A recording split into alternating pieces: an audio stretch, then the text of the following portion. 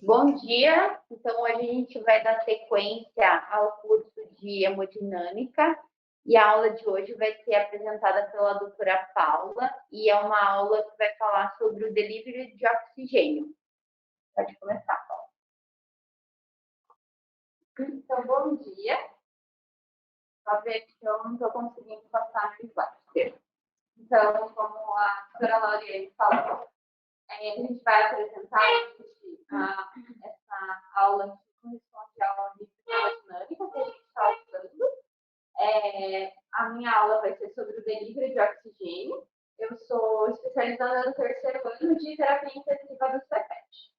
Bom, então, para começar, só uma introdução rápida, o oxigênio ele vai atuar como receptor final de elétrons nas mitocôndrias, ali na cadeia respiratória, gerando energia para o organismo. Então, toda a função da nossa respiração, da nossa ventilação, da hemodinâmica, a função final de tudo isso vai ser levar o oxigênio até as mitocôndrias para que a energia possa ser produzida. Então, existem algumas etapas ali na utilização do oxigênio, que seria o transporte do oxigênio para o pulmão pela ventilação, e a partir daí a transferência dos alvéolos para o sangue. O sangue vai, pela hemodinâmica, transportar o oxigênio até os tecidos e, por último, o oxigênio vai ser reduzido em água nas mitocôndrias. Aqui a gente tem a imagem ali da etapa final da cadeia respiratória, onde a gente tem o oxigênio aqui sendo reduzido em água e a produção de energia. Esse movimento do oxigênio no nosso organismo ele é possível graças aos gradientes de pressão. Então, o oxigênio é um gás que vai ser difundido dos alvéolos para o sangue por meio desse gradiente de pressão, que é em torno de 150 milímetros de mercúrio no ar inspirado, e na mitocôndria ele vai ser em torno de 4 a 25 milímetros de mercúrio.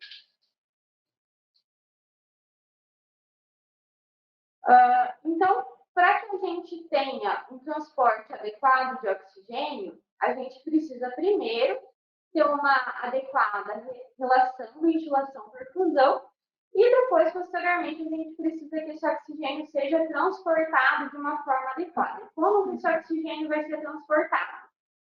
De duas formas.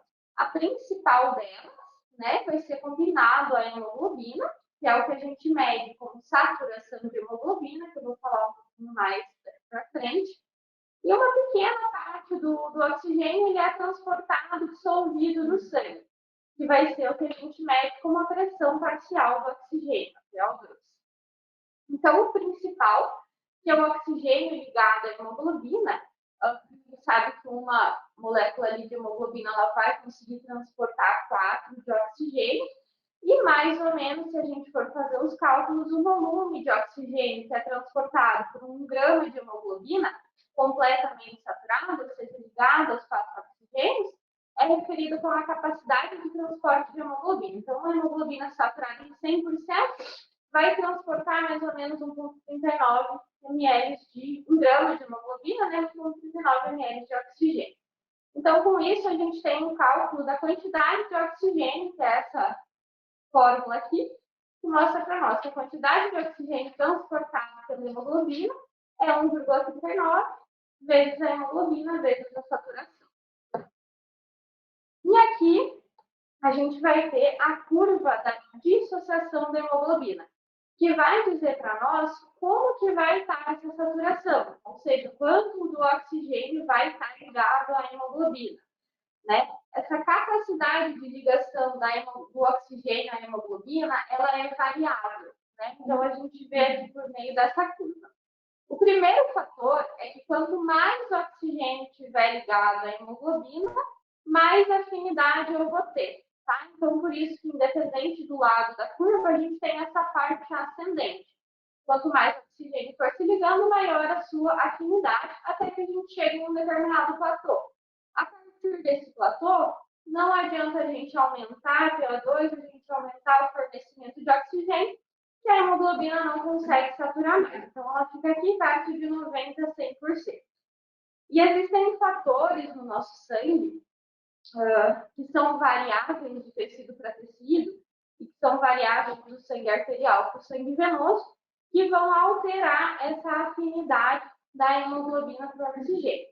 Então, a gente tem aqui a curva vermelha, nesse gráfico, que seria um deslocamento para a esquerda, que é quando a hemoglobina tem mais afinidade pelo oxigênio. O que pode causar isso? Uma redução na temperatura, um aumento no pH, uma alcalose, uma pressão de CO2 baixa e uma redução de 2,3 de fosfoglicerato. Tudo isso vai aumentar a afinidade de oxigênio pela hemoglobina, dissociando aqui, alterando aqui a curva para a esquerda, né?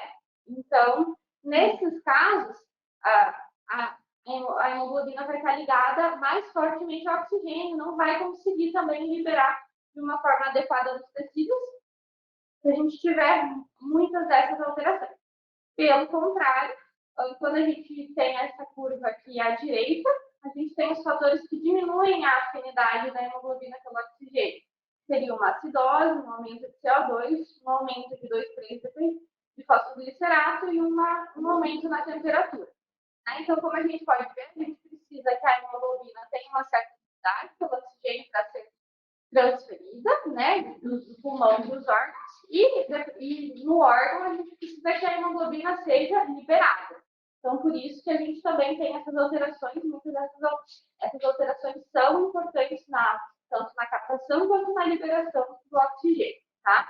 Esse valor que a gente tem aqui no meio, que é o P50, é o valor de pressão VO2 em que 50% da hemoglobina vai estar saturada. Que em condições ideais, ou seja, um pH de 4, um débito cardíaco normal, uma temperatura normal em torno de 37, um PO2 de mais ou menos 26 vai saturar 50% da hemoglobina. E numa quantidade muito menor, a gente tem o oxigênio que vai ser transportado no sangue dissolvido, né? Vai estar dissolvido no plasma e nas hemácias. Em condições ideais, uma temperatura de 37 e um pH de 7,4, cada milímetro de mercúrio de PO2 vai corresponder a 0,03 ml de oxigênio. Ou seja, a quantidade de oxigênio dissolvida no sangue vai ser 0,003 vezes a PO2. Considerando que a gente tem uma PO2 ali média entre 100, a nossa quantidade de oxigênio dissolvida no sangue vai ser 0,3 ml por decilitro. Uma quantidade que, dependendo do cálculo que a gente for fazer, a gente pode até desprezar nas nossas contas. Com isso, a gente tem um cálculo do conteúdo total de oxigênio no sangue, ou seja, o oxigênio ligado à hemoglobina somado ao oxigênio dissolvido. Então, a primeira fórmula que a gente falou, 1,39 vezes a hemoglobina vezes a saturação, e aí a gente soma com essa última fórmula, que é 0,003 vezes a PO2. Com isso, a gente tem o conteúdo total de oxigênio. E agora, passando rapidamente sobre as técnicas em que a gente vai medir o oxigênio no sangue. Então, eu vou falar da gasometria, né? Então, a gasometria é um método que a gente usa. Ele é um método acessível, confiável e rápido. Além de ele dar para nós a quantidade de oxigênio no sangue, ela também vai demonstrar algumas alterações que podem ser hemodinâmicas ou metabólicas por esses valores. Então, é um exame que a gente usa diariamente, muitas vezes. Como que a gasometria vai medir essa oxigenação do sangue? Então, primeiro, a pressão parcial de oxigênio no sangue, ela vai ser medida por um princípio de amperometria, né? Foi descrito lá em 1956 e ele vai ter uma solução eletrolítica que vai se combinar, que vai se associar ali ao nosso sangue, né? A amostra de sangue, vai gerar uma corrente elétrica e essa corrente elétrica vai ser proporcional à quantidade de oxigênio. Então, o oxigênio do sangue vai se equilibrar com o oxigênio da solução. Isso vai gerar uma corrente elétrica e vai dar na máquina a quantidade de pressão de oxigênio do sangue. O segundo valor que ele dá para nós é a saturação de oxigênio, que vai ser feita por uma análise espectral da hemoglobina hemolizada, do sangue hemolizado, né? Usando um comprimento de onda para cada tipo de hemoglobina. né? Então, o principal que ele vai medir vai ser a hemoglobina ligada ao oxigênio e a hemoglobina é reduzida, né? Então, a oxihemoglobina e a desoxihemoglobina, que vão ser as principais formas de hemoglobina no nosso sangue.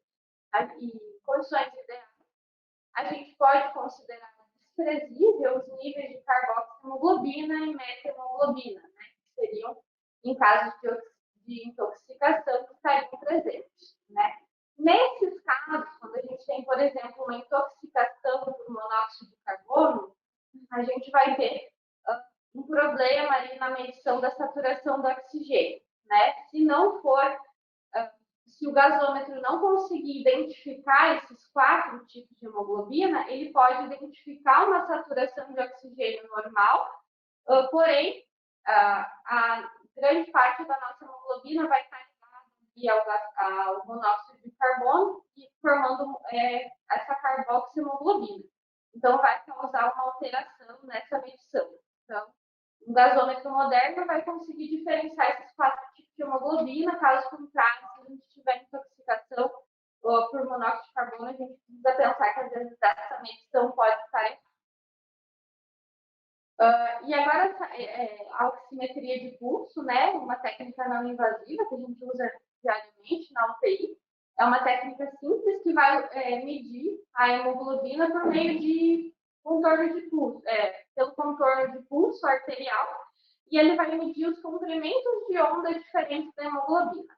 Novamente, a oximetria de pulso normalmente vai medir 2 comprimentos de onda, né, então ele vai conseguir identificar a oxihemoglobina e a deoxihemoglobina, mas não vai conseguir diferenciar uma carboxihemoglobina e uma methemoglobina. Então, nesses casos, quando a gente tem uma intoxicação por monóxido de carbono, a gente vai ter um nível falsamente alto de saturação de oxigênio, e quando a gente tiver uma intoxicação ali por methemoglobina, a nossa saturação sempre vai estar em torno de 85, independente dela, se ela for mais alta ou mais baixa realmente. Então, na presença de uma suspeita de intoxicação, a gente precisa atentar que a oximetria de pulso nem sempre pode ser real.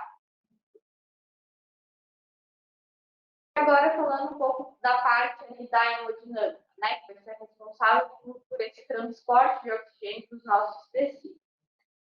Então, uma vez que o oxigênio foi transferido para o sangue, a função cardiocirculatória que vai ser responsável por essa transferência de oxigênio para o fornecimento aos tecidos, né? Através do débito cardíaco, que a gente mede multiplicando a frequência cardíaca pelo volume sistólico, né? Então, a gente vai ter o volume de sangue que vai ser injetado pelo coração a cada minuto, né? Como a gente viu na aula da semana passada da doutora Carolina, a gente vai ter o nosso sistema nervoso e outros estímulos químicos e mecânicos que vão modular o nosso débito cardíaco. Ou seja, se a gente tiver uma diminuição no conteúdo arterial de oxigênio, vai ter prontamente uma compensação nesse aumento da função cardíaca. Normalmente a gente vai perceber ali um ataque cardíaco por conta realmente dessa redução do conteúdo arterial do oxigênio, como um mecanismo compensatório. É interessante perceber se a gente tiver esse tipo de alteração na oxigênio no sangue, a gente consegue compensar até certo ponto, aumentando o nosso débito cardíaco.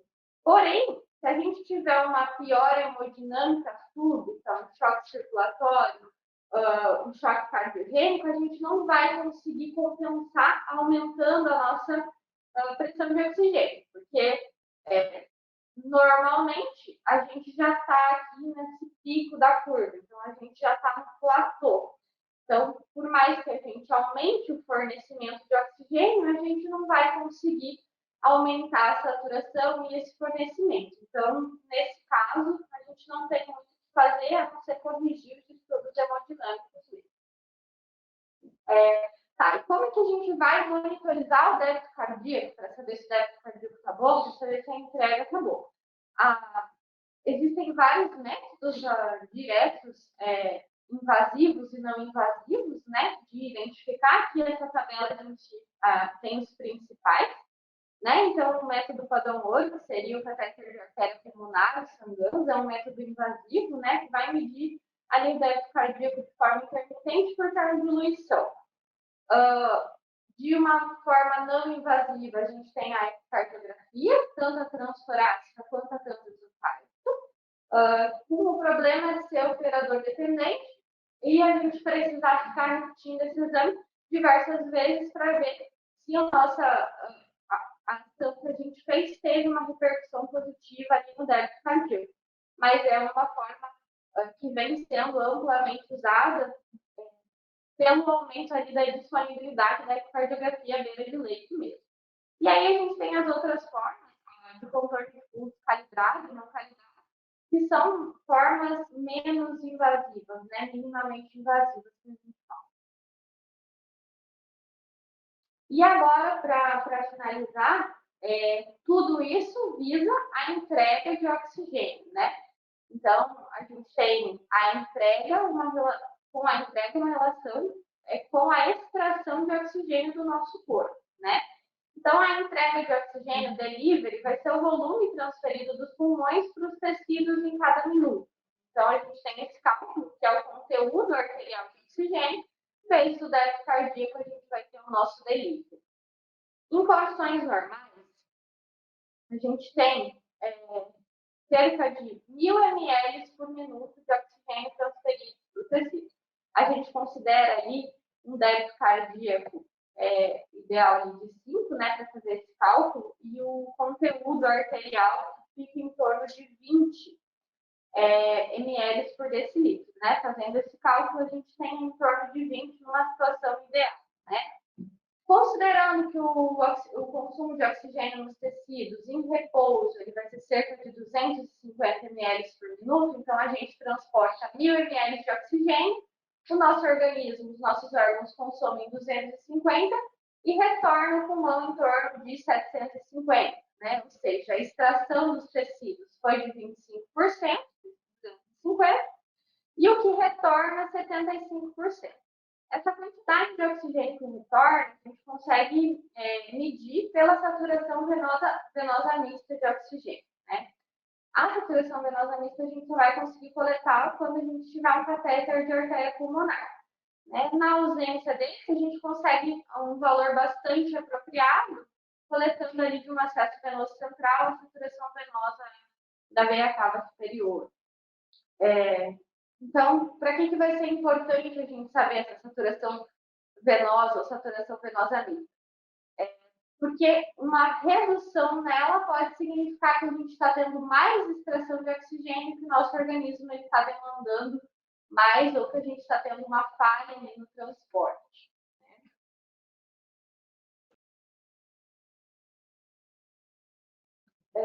E a partir disso, a gente vai conseguir identificar se a gente está tendo uma crise ou não no paciente clínico. Nesse ponto, a gente tem 3 cenários diferentes.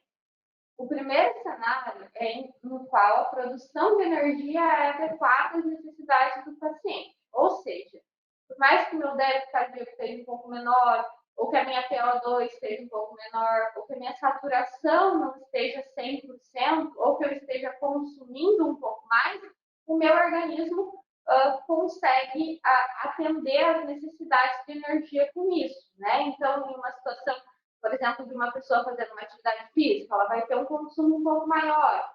Uma pessoa que está com uma PO2 um pouco mais baixa, mas se mantém sem nenhum mecanismo compensatório aparente, então essa pessoa não tem nenhum problema. A necessidade, a produção de energia, ela está sendo adequada às necessidades do paciente, e nesse caso a gente não precisa intervir em débito cardíaco, em PO2, em saturação, porque isso é o normal basal do paciente, né? Um outro exemplo, o paciente que tem uma saturação basal um pouco mais baixa, paciente de POC, isso não vai ser um problema para ele e a gente não vai precisar tratar isso. Tá? O segundo cenário que a gente tem, quando a gente tem uma produção de energia que ainda é adequada, mas a gente já consegue identificar mecanismos compensatórios. Ou seja, o oxigênio consegue chegar nos tecidos, mas a gente está tendo que aumentar a extração, ou outros mecanismos, aumento de débito cardíaco, aumento de frequência, para conseguir suprir esse consumo, né? Nesse ponto, a gente ainda não tem um aumento de lactato, mas a gente tem outros fatores que vão sugerir para a gente que existem mecanismos compensatórios operando, né? Então, aí, nessa situação, a gente chega nesse gráfico clássico que a gente tem. É um gráfico que a gente lê de uma forma diferente, a gente vai ler ele da direita para a esquerda, né? E aqui a gente tem os 3 cenários dos quais eu estou falando. Eu cheguei até o segundo, né? Então, aqui a gente tem uma condição normal, aqui a gente tem o delivery de oxigênio, e aqui a gente vai ter a utilização de oxigênio pelos tecidos, né? Então, numa condição normal, a gente pode alterar esse delivery e a gente vai continuar mantendo o nosso equilíbrio. Até que a gente chega em um ponto onde a gente vai diminuindo o delivery de oxigênio, a entrega de oxigênio, e vai chegando perto de um ponto crítico. O que está acontecendo aqui? Aqui a gente está aumentando a nossa extração de oxigênio. Então, existem mecanismos compensatórios nos órgãos e nos tecidos que estão aumentando a extração de oxigênio para a gente conseguir manter o nosso consumo ideal, né? O nosso consumo adequado. Como é que a gente vai perceber isso? Uma das formas de perceber isso é ver a saturação venosa, ou seja, o organismo está consumindo mais oxigênio. Então, aquilo que eu falei no começo, aqueles 1000 ml, não mais só 250 estão sendo consumidos. A gente está fornecendo menos de 1000, o organismo está retirando, extraindo o máximo que consegue, e o que vai chegar de oxigênio lá na nossa saturação venosa central, na nossa saturação venosa mista, vai ser menor do que 75%, menor do que 60%, menor do que 50%, dependendo da gravidade do paciente, né? Até que a gente vai chegar num ponto de crise energética, né? Que eu vou comentar nos próximos slides, onde a gente não consegue extrair mais oxigênio. A gente já está extraindo o máximo. A partir desse ponto, conforme a nossa entrega de oxigênio, nosso delivery vai reduzindo, a gente vai iniciar o metabolismo, produção de energia de uma forma anaeróbia, e aí a gente vai começar a liberação de lactato. Então, nesse ponto, a gente diminui a respiração aeróbia, aumenta a forma anaeróbia, começam a atuar diversos mecanismos de compensação, e aí a gente está correndo contra o tempo. A gente tem hiperlactatemia, e os mecanismos compensatórios começam a agir. Isso, após algumas horas, vai gerar alteração tecidual, vai começar a gerar necrose celular, lesão mitocondrial, e aí a gente inevitavelmente vai acabar perdendo o nosso paciente se a gente não conseguir reverter isso. Aqui, esse gráfico, a gente tem a saturação venosa, né, uma saturação venosa mista aqui representada, relacionada a um decréscimo de vários fatores. Então, linear, a gente tem que, conforme a gente vai diminuindo a nossa saturação de oxigênio, a gente diminui proporcionalmente a nossa saturação venosa mista. Então, se eu tiver uma saturação de oxigênio de 100%, a minha saturação venosa vai ser em torno de 70, 75. Se eu cair para 90%, vai cair para 60, 65. Isso eu consigo observar olhando o paciente, olhando para o monitor, eu vejo que a saturação está mais baixa, já imagino que a saturação venosa vai estar mais baixa, tudo bem, eu consigo identificar isso de uma forma bem fácil. Aqui nessa curva um pouquinho mais acima, acho que o meu mouse não está aparecendo.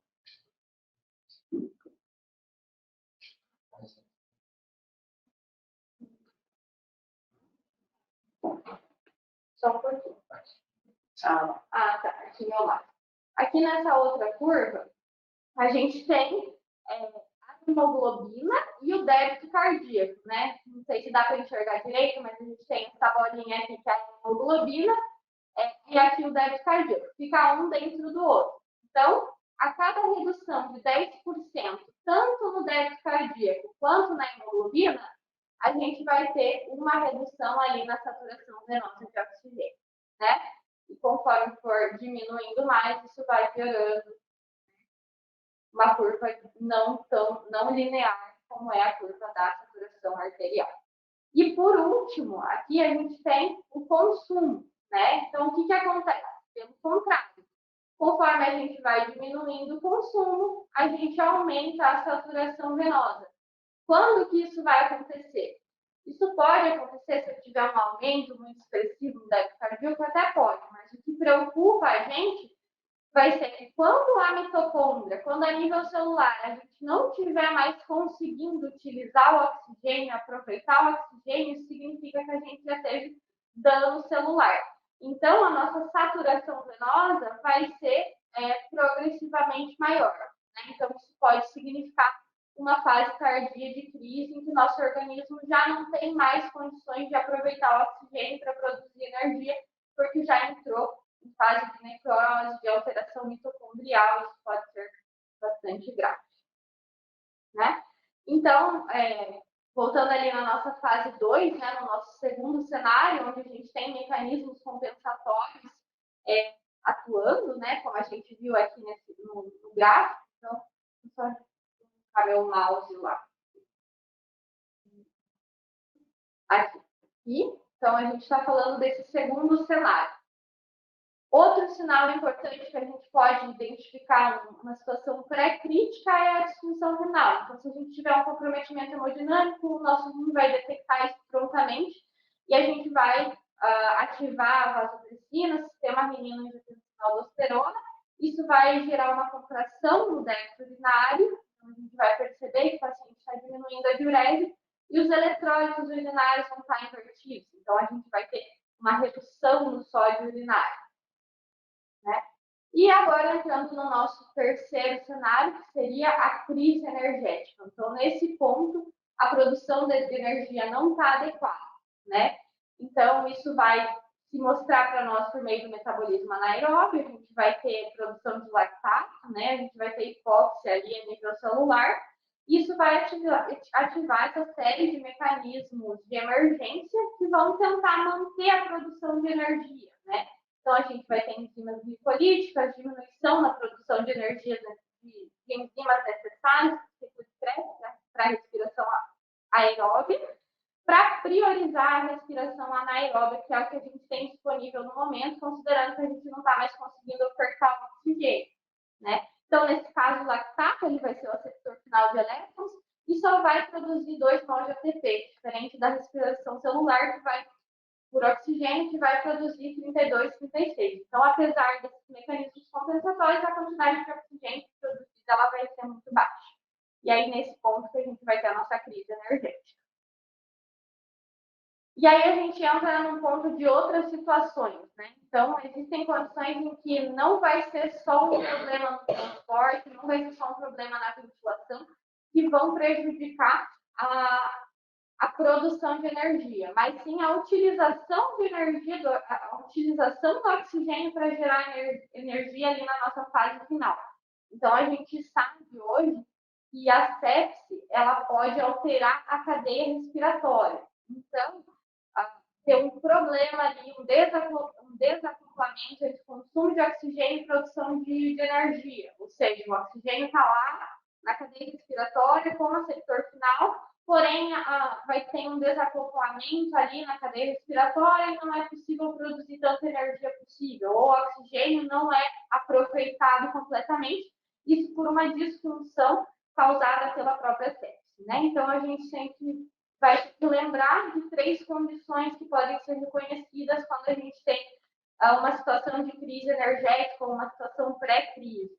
Que a gente pode ter uma redução do transporte do oxigênio para os tecidos por um comprometimento tanto da hemodinâmica, quanto por uma hipoxemia, quanto por uma perda de hemoglobina, num quadro de choque hemorrágico ou de uma anemia, por outras causas, né?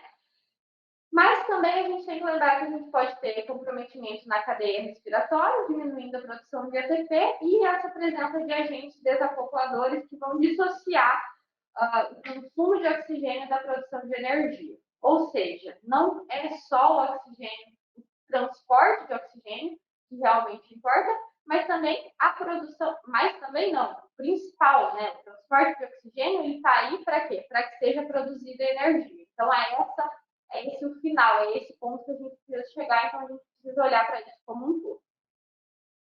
E agora, só para finalizar, o livro ele cita alguns artigos, né? Então, inicialmente, ele vai citar aqui um artigo de 1988, que foi feito por uma análise ali observacional, de uma possibilidade de eu fornecer oxigênio de uma forma supranormal, ou aumentar o débito cardíaco de uma forma supranormal, pensando já no paciente que pode ter esse aumento de demanda. Então, ele fala sobre um estudo que foi feito por Shoemaker em pacientes em pré-operatório de cirurgia de alto risco, né? Então,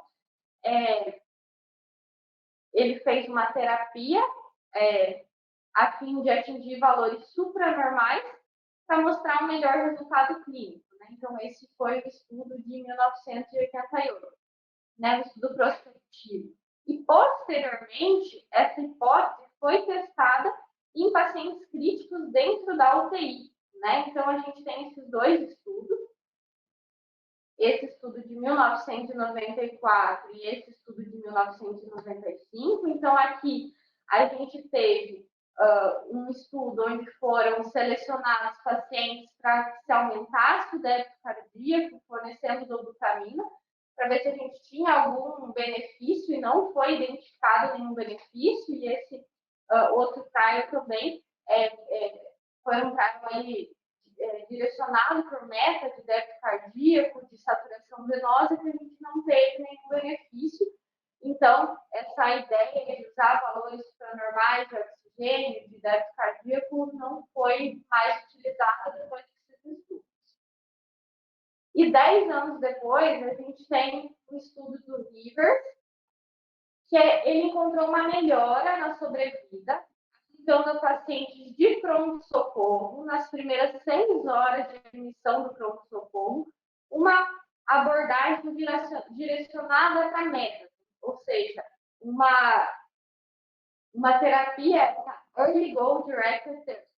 Então, ele pegou esses pacientes nas primeiras 6 horas de admissão e setou uma meta de saturação venosa central acima de 70 e uma PAN maior do que 65, e ele demonstrou que esses pacientes, quando admitidos na UTI, foram admitidos com uma parte menor, com uma disfunção orgânica menor, com um pH melhor, um base excess menos negativo.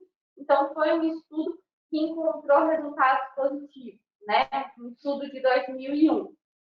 Porém, 10 anos depois, a gente tem outros 3 estudos que retestaram essa hipótese, foram estudos multicêntricos, comparando aí em pacientes críticos de UTI essa terapia, essa Early Goal Directed Therapy, visando ver se realmente tinha essa melhora, né? Então, a gente tem esse artigo de 2014, onde foram setados, né, essa meta de saturação venosa, essa meta de PAM. A gente tem esse estudo de 2015 e esse outro estudo também de 2014. E nesses 3 estudos, o desfecho final analisado foi a mortalidade. Esses estudos não evidenciaram uma melhora na mortalidade e, pelo contrário, perceberam que os pacientes que foram tratados com essa terapia ali, que tentava manter essa meta rigorosa, usaram mais vasopressor, receberam mais transfusão, usaram mais inotrópicos, sem benefício no desfecho final, nem de mortalidade e nem de tempo de internamento em UTI. Então, ele fecha falando que, com esses 3 últimos estudos, começou a ser questionado o uso da saturação venosa, né? E aí, o capítulo ele dá as suas orientações em relação a isso. Então, a primeira delas é diferenças, né, nos grupos de estudo desses artigos e a fato de que tanto ali o artigo do Shoemaker quanto o artigo do Rivers foi usado em pacientes pré-terapia intensiva, né? Ou seja, foi um tratamento bem precoce antes da admissão na UTI. Além disso, ele fala que os pacientes do estudo Rivers, eles eram pacientes mais graves, que eles tinham uma saturação venosa mais baixa, em torno de 50%, enquanto que nos outros estudos a saturação venosa era em torno de 70%. Né? Então, ele cita essa diferença. E, além disso, ele fala que isso não deve desviar a atenção para que a gente não deva mais usar a saturação venosa, não deva mais pensar nisso como um sinal, como um marcador de que a gente tem algum problema. Mas sim, isso deve acender um alerta que existem outros problemas, principalmente relacionados ali ao transporte de oxigênio, não relacionado ao transporte de oxigênio, mas principalmente relacionado à utilização final de oxigênio, que está prejudicado em pacientes sérios. Finalizando, então, o monitoramento do delivery de oxigênio ele deve ser realizado em todos os pacientes que seja identificado um risco de crise energética. Esse tipo de paciente vai incluir qualquer um deles que os determinantes ali do delivery estão em risco de comprometimento. Então, um paciente com problema hemodinâmico, choque, um paciente sangrando, um paciente com insuficiência respiratória, tudo isso a gente precisa observar. E para fechar, uma saturação venosa mista abaixo de 65, uma redução do débito urinário e a reversão dos eletrólitos urinários podem ser sinais que vão sugerir uma avaliação precisa e tratamento desses determinantes do delivery do oxigênio.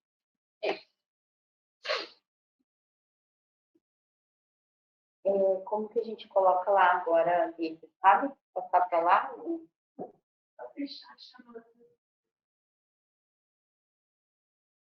Para aparecer lá.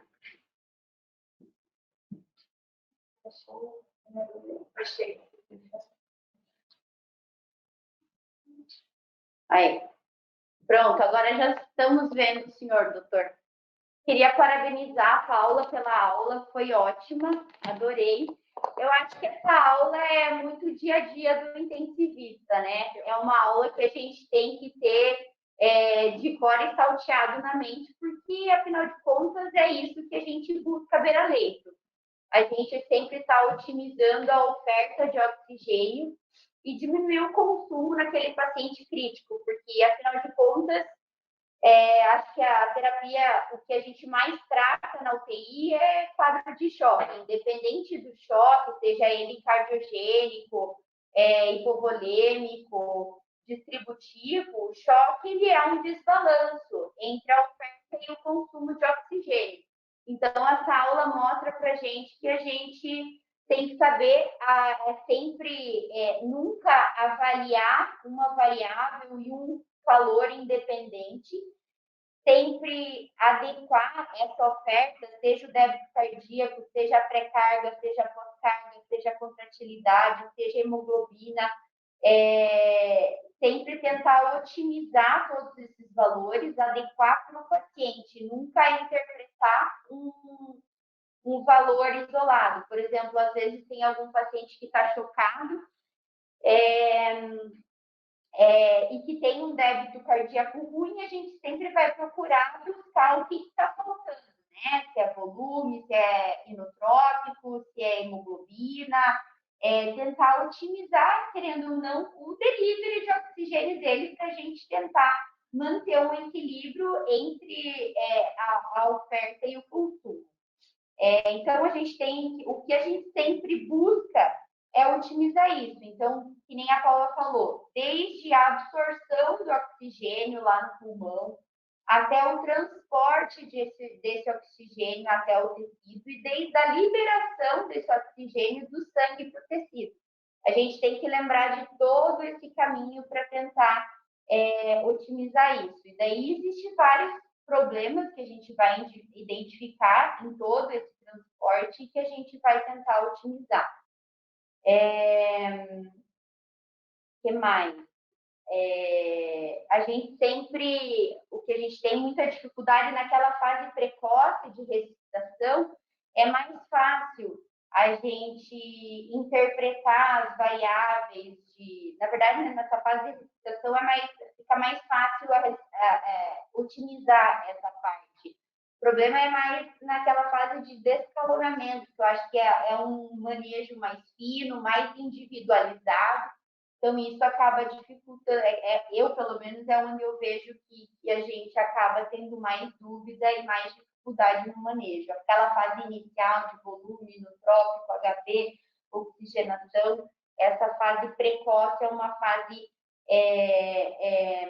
mais fácil de ser arrumada, enfim. E eu gosto muito da saturação venosa de oxigênio. Eu acho que é um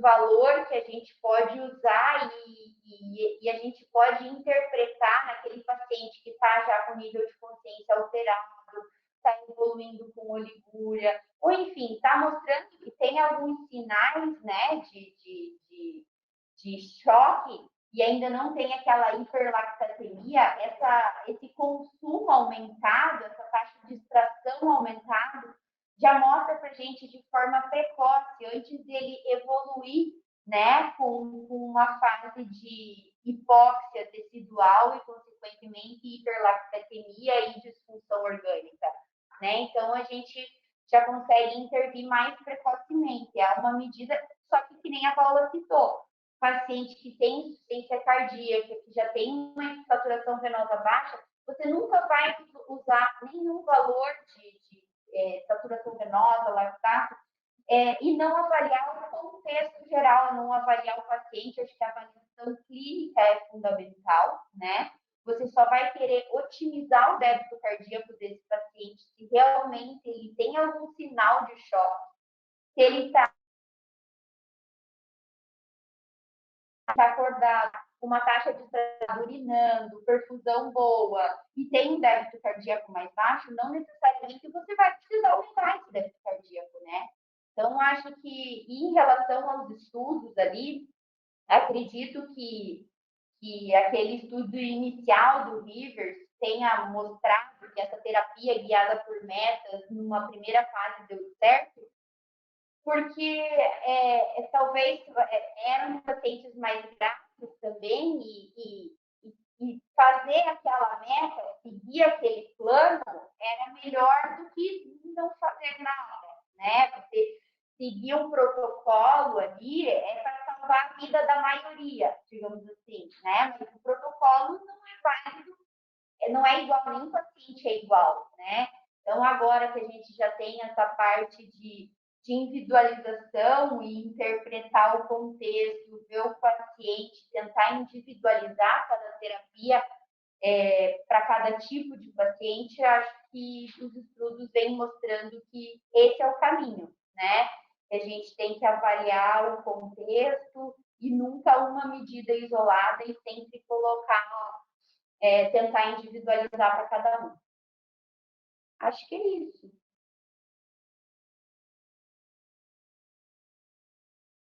Tudo bem, Laura? Tudo bem, Paula? Tudo bem, tudo bem, Paula? Tudo certo. Deixa eu mostrar os meninos aqui também, tá? A Vivi aqui, o Gui. Oi, Guilherme. Oi, Gui. Tudo bem?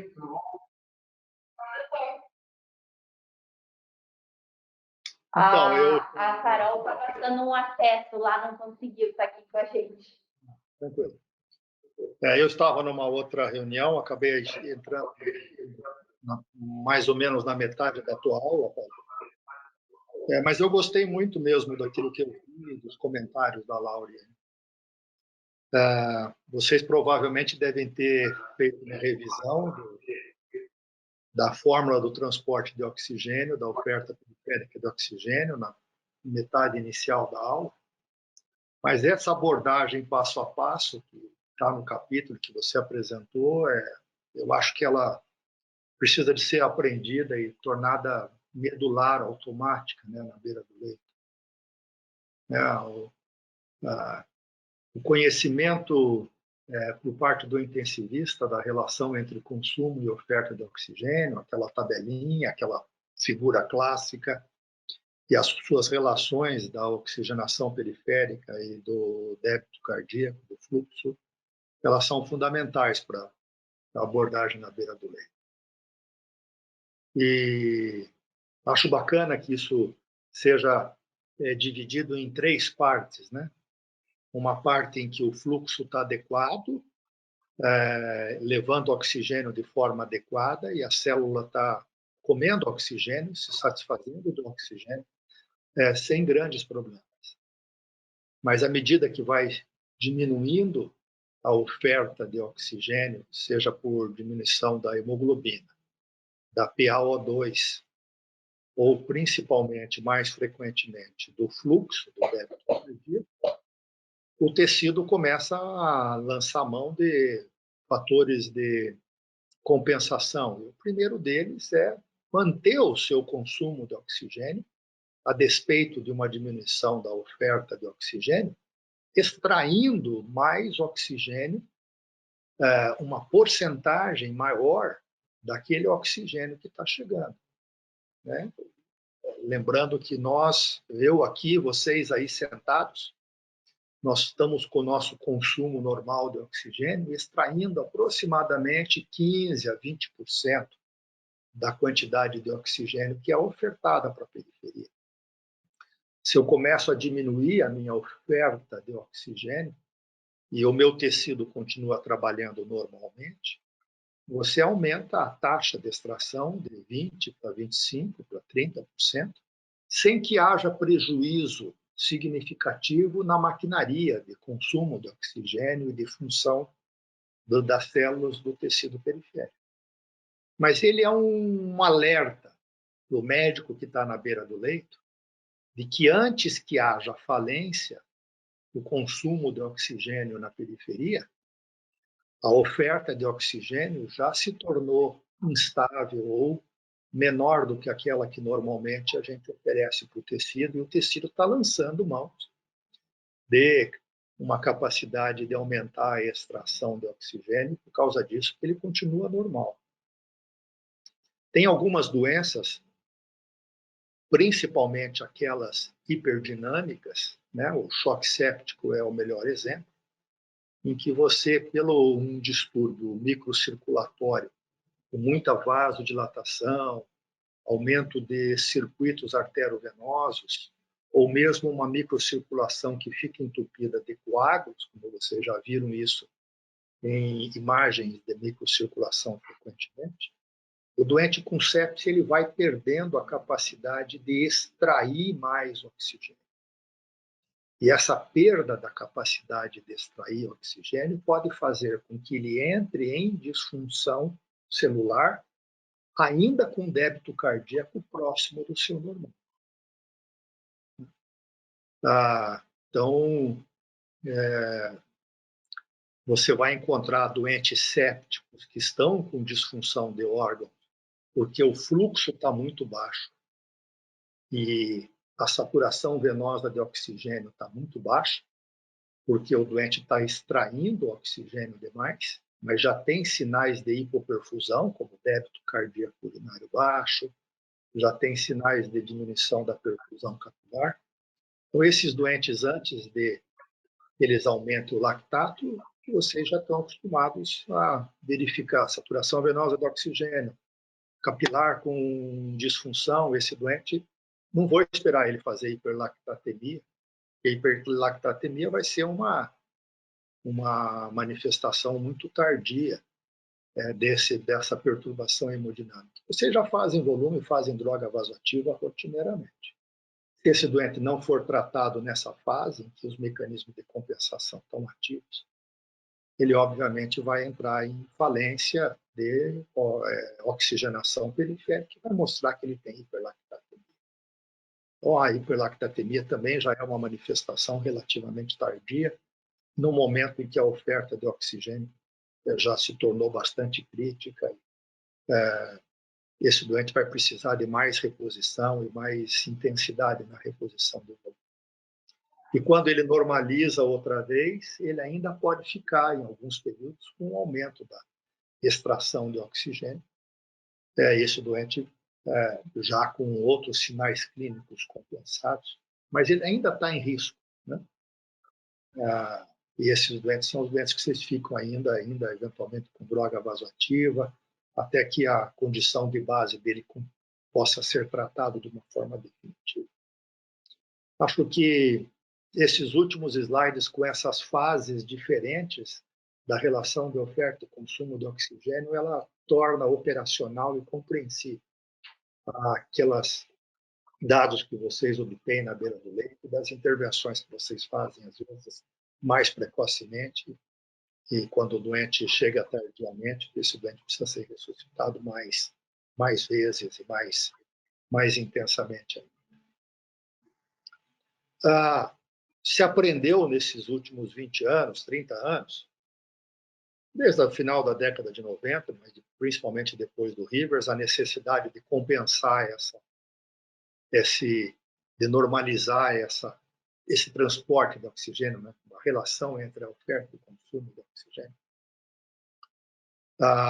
Mas que isso não pode ser feito como o Shoemaker preconizava lá atrás, que era uma estratégia de fazer excesso de volume, fazer mais droga vasoativa, fazer excesso de oxigenação periférica, que isso, de modo geral, acaba hipertratando alguns doentes e a gente tendo todas as complicações, principalmente da oferta de volume excessivo, mas também de droga vasoativa de forma desnecessária. O que é útil mesmo é aquela abordagem da beira do leito, manter uma boa perfusão, seja capilar, seja manifestada pelo débito cardíaco através do débito urinário, seja através dos mecanismos de compensação com a normalização da saturação venosa de oxigênio e do lactato ainda na fase aguda. Acho que era isso que eu tinha para poder comentar. Esse capítulo também vai ficar gravado, ele vai ser importante para o ensinamento posterior para outras turmas. Eu queria ouvir um pouquinho o Guilherme e a Viviane, se eles têm alguma pergunta, alguma consideração para fazer. Paula, você tem alguma pergunta, alguma consideração? Eu acho que as considerações que a Lorena fez exatamente isso que eu penso, que eu concordo. Esse capítulo é um dos capítulos mais importantes ali na terapia intensiva. Eu acho que é uma coisa que a gente precisa entender antes de querer entender a insuficiência respiratória, paciente neurológico, a gente tem que ter esse tipo de conhecimento para a gente consegue abranger muito mais todos os nossos pacientes e tudo que a gente está fazendo ali dentro da UTI. Então, eu acho que essa é uma das aulas mais importantes. Quando eu comecei a entender isso, eu comecei a entender realmente os pacientes críticos. Ótimo. Guilherme, Viviane? Eu achei a aula foi muito boa, muito longa da aula. Ótimo. Achei a parte mais interessante que me chamou a atenção foi o gráfico que ele mostra o VO2 crítico e como por meio da saturação venosa de O2 a gente consegue talvez pegar o paciente antes dele cruzar esse limite do VO2 crítico e intervir antes, né, de começar a produção de lactato, que estabiliza mais. Então, acho que esse ponto merece destaque na aula. Sabe, Guilherme, o melhor modelo é quando você identifica o doente que está descompensado, você tem alguma intervenção que o descompense e você volta a compensá-lo antes dele criar as disfunções de múltiplos órgãos. Esse modelo é o modelo das cirurgias de alto risco. Um doente, antes de ser anestesiado, de ir para a cirurgia de alto risco, cirurgias prolongadas, que sangram bastante, esse doente ele está compensado. Durante aquele tempo cirúrgico, ele se descompensa. Monitorizar essas variáveis de oxigênio significa você abordar esse doente precocemente. Na hora que ele sai da fase de independência do fluxo para o consumo de oxigênio, numa fase ainda sem precisar dos mecanismos de compensação. Quando ele começa a se utilizar dos mecanismos de compensação, abre os olhos. Ele ficou em risco de, a qualquer momento, ele entrar em falência. Quais são esses sinais? São sinais que mostram que o doente tem perfusão diminuída e tem extração de oxigênio aumentada. A perfusão diminuída ela está evidenciada na diminuição do fluxo urinário e na diminuição da perfusão capilar, tudo isso é fluxo, e a extração aumentada de oxigênio é a saturação venosa central de oxigênio. Né? Então, esse doente ele ficou em risco de se tornar um doente que entra em falência, quando ele começa daí, então, ter um consumo de oxigênio que não é satisfeito pela oferta.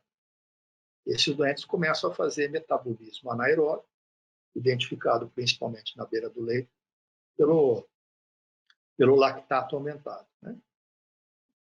Nenhuma dessas variáveis, acho que a Lauriane falou muito bem no começo da fala dela, nenhuma dessas variáveis pode ser identificada isoladamente. Né? O doente pode ter uma diminuição do débito urinário por outras causas, o doente pode estar com diminuição do fluxo capilar por frio, por exemplo. As salas cirúrgicas, de modo geral, são geladas, né? Que não necessariamente por vasoconstrição, por diminuição do fluxo. E, principalmente, o problema do lactato é de que ele é tardio. Né? Então, se você, durante um tempo cirúrgico, o doente faz uma hipotensão significativa, ele vai levar 2, 3 horas para poder ter uma hiperlactatemia identificada. Né? Então, o lactato colhido naquele momento, ele pode até subir de meio para 1,2, para 1,8, ainda dentro da normalidade. Ele, para poder subir para 3, 4, vai levar 2 horas, dependendo do tempo. Então, tudo isso tem que ser levado em consideração. Né? Não dá para poder confiar numa variável única, isolada, ela é um conjunto de variáveis. Né?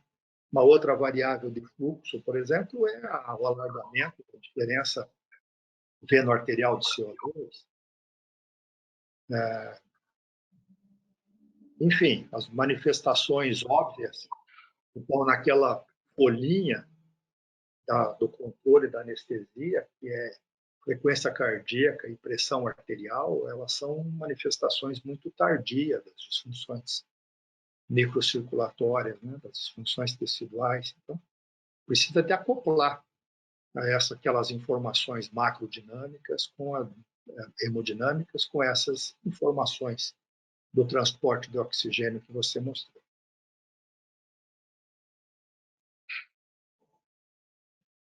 Tá bom? Alguma coisa, Viviane?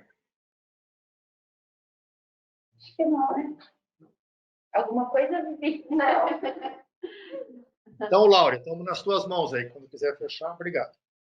Então, tá. Realmente queria parabenizar a Paula, adorei a aula. Muito bom, sempre tá. É bom relembrar esses conceitos, né? E como eu falei no início da aula, acho que essa aula é uma aula que a gente tem que ter sempre em mente a beira-leito, porque afinal de contas é o que a gente faz todos os dias, né? Otimizar toda essa parte de oferta e consumo. Então, queria agradecer a todo mundo e até segunda que vem. Boa semana, doutor. Até mais. Bom, abraço, obrigado. Tchau.